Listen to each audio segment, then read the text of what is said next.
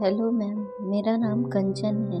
मैंने आपकी पत्रिका के लिए कुछ दिन पहले अपनी कहानी क्षितिज की ओर भेजी थी।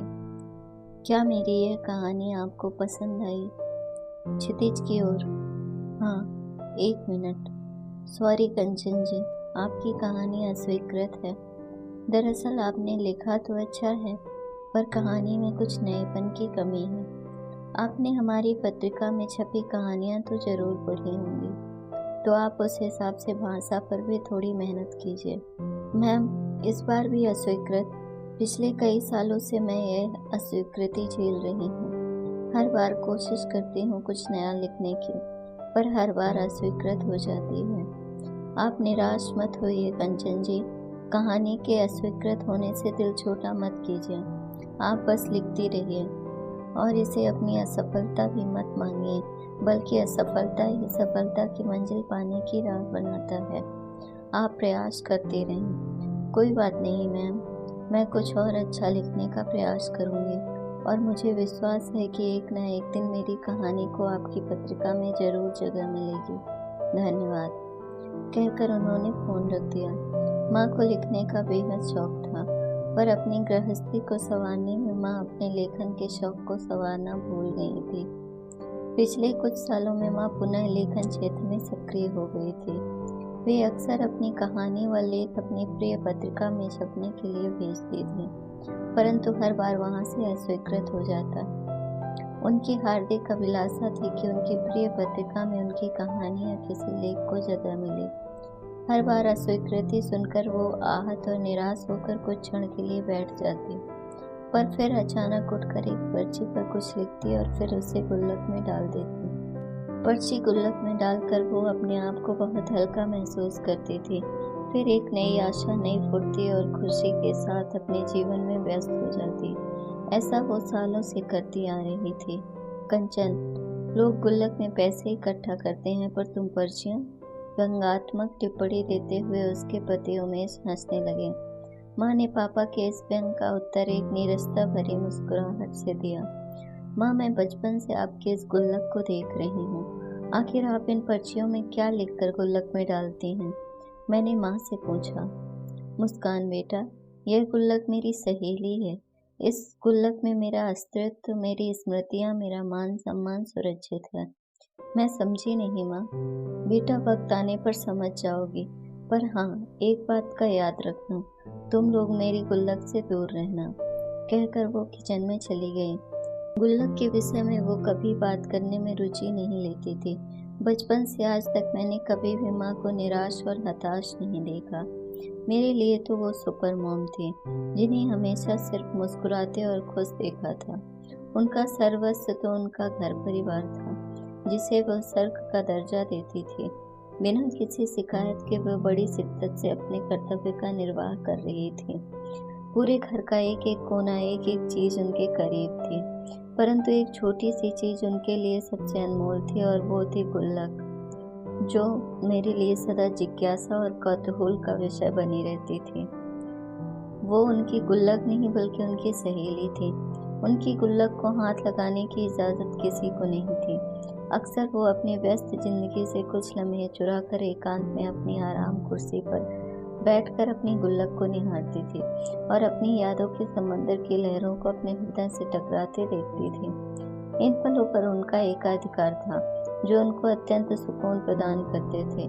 माँ सदैव मुझे एक बात सिखाती थी कि मुस्कान बेटा, जिंदगी पग पग पर तुम्हारी परीक्षा लेकर तुम पर निराशा की बरसात करेगी, तुम्हारा हौसला तोड़ने का बहुत प्रयास करेगी, पर यदि तुम हमेशा हिम्मत, संयम और मुस्कुराहट के साथ चलोगी तो अवश्य ही उससे बची रहोगी और अंत में उस समय पर विजय प्राप्त करोगी। अन्यथा जीवन जीना मुश्किल हो जाएगा। अपनी हताशा व उदासी को अपने ऊपर कभी भी हावी मत होने देना, क्योंकि कोई और हमारे लिए नहीं लड़ता, बल्कि हमें खुद ही खुद के लिए हिम्मत बन के लड़ना पड़ता है। ये संसार अपने स्वार्थी स्वभाव से विवश होकर तुम्हारी निराशा की नुमाइश कर देगा। बेटा, ये तो वक्त का पहिया है, जो सदैव घूमता रहता है। हर निराशा एक आशा को साथ लेकर आती है। तुम बस संयम का दामन थामे रखना। उनकी यह अनमोल सीख सदैव उनके एहसास को मेरे करीब रख मुझे जीवन में किसी भी हालात में परास्त नहीं होने देती और निरंतर चलने की प्रेरणा देती थी। मुस्कान, माँ को वेंटिलेटर पर डाल दिया है। उनके पास वक्त बहुत कम है। समीर, मेरे पति ने मेरे कंधे पर हाथ रखकर मेरे विचारों की चुप्पी तोड़ी तो मुझे एहसास हुआ कि मैं तो माँ के साथ यादों के गलियारे में घूम रही थी। आईसीयू में वेंटिलेटर पर लेटी हुई माँ के चेहरे से पहली बार मुस्कुराहट गायब थी। उनके हाथ नाक पर नलियों ने कब्जा कर रखा था। मुंह पर ऑक्सीजन का मास्क था। इतना बेबस मैंने उन्हें कभी नहीं देखा था। मेरी नज़र एकटक घड़ी की सुइयों पर टिकी थी। उन घड़ी की सुइयों में माँ की सांसें अटकी थी। चंद घंटों का समय दिया था डॉक्टर ने माँ को। उम्मीद रेत की तरह हाथ से फिसलती जा रही थी। हिम्मत जवाब दे रही थी। मन मस्तिष्क सब शून्य हो गए थे। यह जानते हुए कि माँ को अब जाने से कोई नहीं रोक सकता, फिर भी हृदय ईश्वर से निरंतर एक चमत्कार की दुआ कर रहा था। एक साधारण से बुखार ने उनके शरीर के सभी ऑर्गन्स फेल कर दिए थे। चट्टान सी मजबूत माँ आज जिंदगी और मौत के बीच झूल रही थी। एक वीर योद्धा की तरह लड़ते लड़ते आखिर माँ अपने जीवन का युद्ध हार गई। कहते हैं जाने वाले को अपनी मृत्यु का आभास हो जाता है। कदाचित माँ उदास चेहरे के साथ विदा नहीं होना चाहती थी, इसलिए जाने से पहले उनके शरीर में मात्र एक हलचल हुई थी और वो थी उनके चेहरे पर मुस्कुराहट के भाव आना। सभी अंतिम क्रियाएं पूर्ण हो चुकी थी। मैं माँ के एहसास के साथ एकांत में कुछ समय बिताना चाहती थी। वैसे तो उनको घर का एक एक कोना प्रिय था, पर उन्हें जो सबसे अधिक प्रिय था वो था उनका कमरा। माँ के कमरे में अपने सभी चीज़ें तरीके से रखी थी। उनकी समस्त चीज़ों में उनकी खुशबू समाई थी।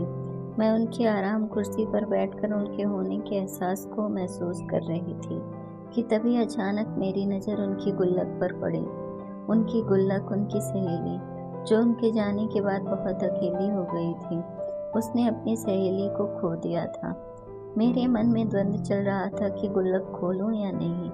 अंत में बचपन के कौतूहल और जिज्ञासा की जीत हुई और कांपते हाथों से मैंने गुल्लक खोलकर एक एक करके पर्चियां निकालकर पढ़नी आरंभ कर दी। गुल्लक में छिपा माँ का अस्तित्व, उनका दर्द आंसू बनकर मेरी आंखों से बह रहा था।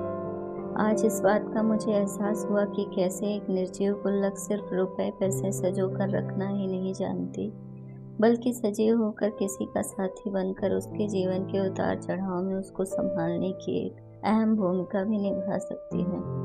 उनका जीवन आज उनकी गुल्लक परतों में खोल रही थी। मैं मूक बन विचारों में विचरण करने लगी। कितनी होशियारी से एक कुशल कलाकार की तरह वो हमारे समक्ष मुस्कुराहट और संतुष्टि का मुखौटा पहने खुश होने का सफल नाटक करती थी। हमने कभी उस मुस्कुराहट के पीछे छिपे दर्द का मर्म समझने का प्रयास ही नहीं किया।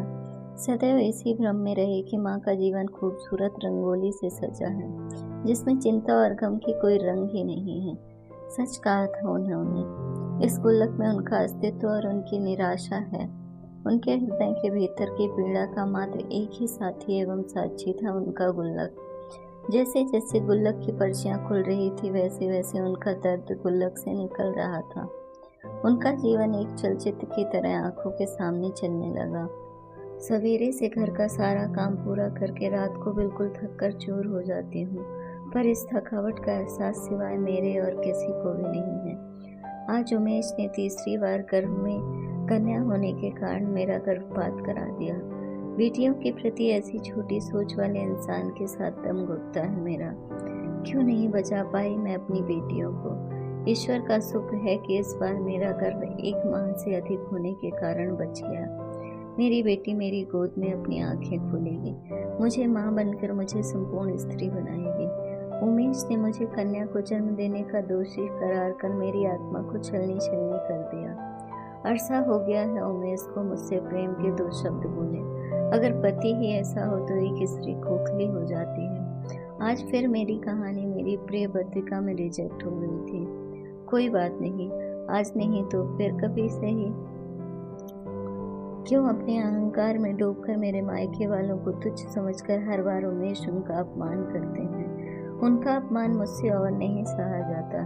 एक बेटी होने के नाते क्यों नहीं रोक पाती मैं ये सब। ये मेरी कहानियाँ ही तो हैं जिनमें मैं अपने जीवन के सच को पिरो देती हूँ और मुझे लगता है कि जैसे मैंने अपना दर्द बांट लिया है। इनके सहारे मैं अपने सभी गम को भूल जाती हूँ। बस अब तो इंतज़ार है अपनी कहानी को अपनी प्रिय पत्रिका में छपे हुए देखने का। अपने चेहरे पर सदा के लिए मुस्कुराहट का मुखौटा पहन लिया है, क्योंकि दुख जीवन यात्रा को कठिन बना देता है और मुझे जीना है अपनी मुस्कान के लिए, उसकी खुशी के लिए, उसको सदा मुस्कुराहट देने के लिए। आखिर मैं भी एक इंसान हूँ, मेरे भी कुछ अरमान हैं, आरज़ू हैं। अब मैं थक गई हूँ और बर्दाश्त नहीं होता मुझसे। कितनी और भी पर्चियाँ भी बाकी थी, किंतु इन आंसू भरी आंखों से पढ़ना संभव नहीं हो पा रहा था, या फिर अब और पढ़ने की हिम्मत नहीं बची थी मुझ में। आदर्श रूप वाले अपने पापा के दोहरे चेहरे को देख भीतर तक टूट गई थी मैं। मेरे पापा, उफ! माँ की पर्चियों का सत्य मुझे कचोट रहा था। लड़कियों से इतनी घृणा थी पापा को, यह सत्य तो मुझे सहन ही नहीं हो रहा था। मुझे मुस्कुराहटें और खुशी देने के लिए वे खुद जीवन भर दर्द से लड़ती रहीं, फिर भी सदैव अपने घर को स्वर्ग का दर्जा दिया। सच ही कहा था माँ ने। उनकी इस गुल्लक ने एक सच्चा साथी बनकर उनके अस्तित्व और मान सम्मान को पूर्ण रूप से सुरक्षित रखा था और उनके जीवन की कमी को भरने में मुख्य भूमिका निभाई थी। अभी मैं गुल्लक और उसकी अमूल्य भूमिका में खोई हुई थी कि फ़ोन की घंटी ने मेरा ध्यान तोड़ा। हेलो कंचन जी, आपके लिए खुशखबरी है। आपकी कहानी गुल्लक हमारी टीम को बेहद पसंद आई है और आगामी अंक में आपको प्रकाशित किया जाएगा।